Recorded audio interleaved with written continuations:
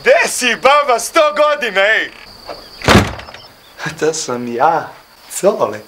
Koji Cole? Pa tvoj unuk Cole. Moj unuk je Đole. Ne, nije, bre.